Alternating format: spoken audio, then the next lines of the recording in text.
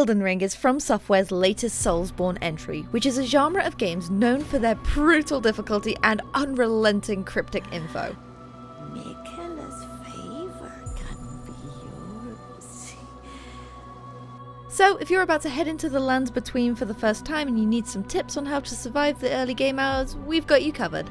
Here's our Elden Ring Beginner's Guide. And before we get into the tips, make sure to like and subscribe, it really helps us out a lot. Thanks! Number 10. Know how to level up. Leveling up and getting stronger is a crucial part of the Elden Ring experience. Knowing how to do this, and more importantly what you actually want to do with your character, is extremely important to surviving the game. Whether you want to increase your health, your damage, or your magical abilities, it's useful to know exactly where your level up points are going. Luckily, we also have a full guide on this that you can read over on our website.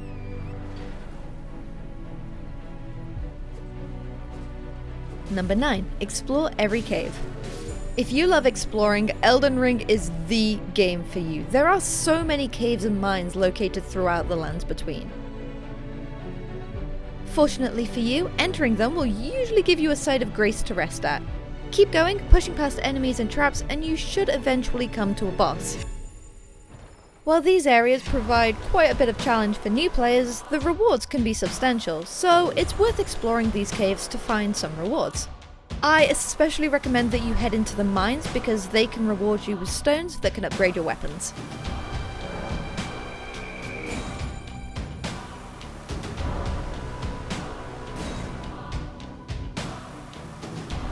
Number 8. Talk to every character. It seems fairly self-explanatory, right? But it's so easy to get wrapped up in the story of Elden Ring that you forget to talk to NPCs. Elden Ring luckily tells a lot of its story through NPC dialogue, and more specifically, white-faced Vare next to the first step sites of grace will always give you a little hint on what to do next if you're not quite sure. And he may talk in riddles sometimes, but it's always nice to pay him a visit if you want to progress to the next part of your journey.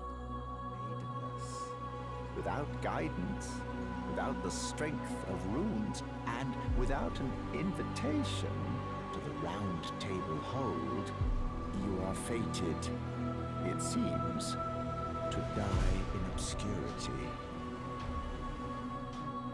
Number 7. If stuck, come back later. Oh no, a boss has killed you.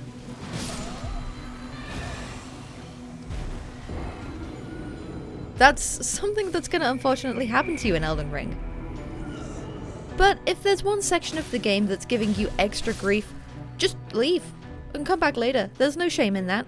The good thing about Elden Ring is that its open world allows you to explore in a myriad of different directions, so if one area is particularly grueling for you, there are other places to explore in the meantime. Go away for a bit, level up, get stronger, and then come back and finish it with much less hassle. Number 6. Know thy FLASK. Flasks in Elden Ring allow you to restore your health points or your focus points depending on which you use. At any site of grace, you can upgrade your flasks using sacred tears and golden seeds. You can also split your flask changes between the Flask of Crimson Tears or the Flask of Cerulean Tears, which allows you to use them all for your health, all for your focus points, or a bit of both. Flask charges reset when you rest at a site of grace, but you can also restore them by defeating groups of enemies. Number 5. Use the Spectral Steed. The Spectral Steed is called Torrent, and he's your loyal horse, which will allow you to cover more ground when exploring the overworld. Not only does travelling on Torrent allow you to move faster throughout the world, but you can also deal more damage when mounted, as well as use his double jump ability to reach more places.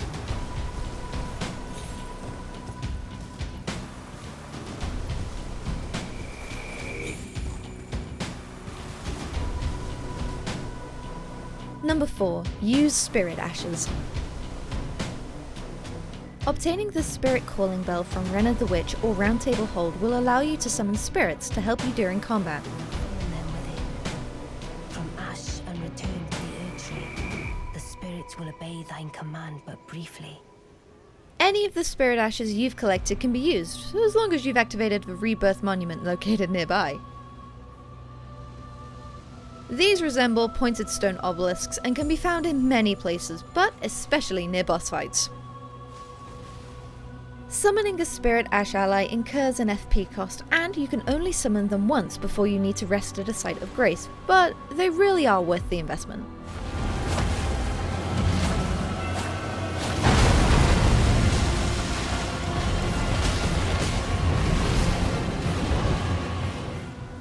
Number 3. Watch out for small golden trees.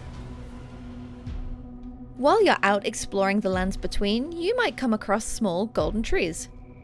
No, I'm not talking about the giant ones you can see in the distance, but rather the ones right about as tall as your character. Each of these trees has a golden seed located at the roots.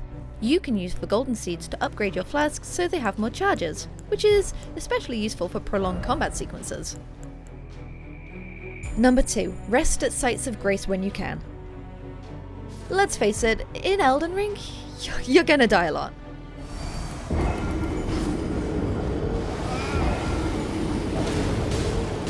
You'll be dying so often, in fact, that you're gonna need to set regular checkpoints.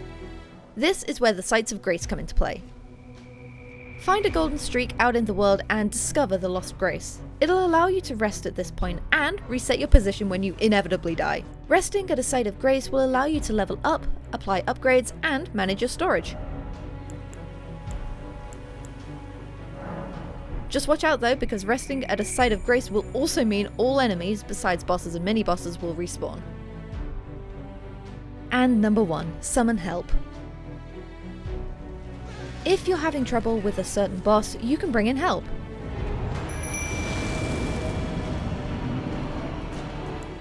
Summons can take different forms. You can bring in Spirit Ashes, NPC summons, or even other human players. Even if you can't play with another human, we'd recommend summoning an NPC to give you a hand.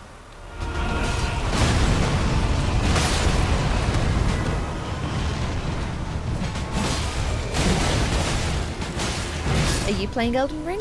Do you have any useful tips for me? Because, God knows I could use the extra help.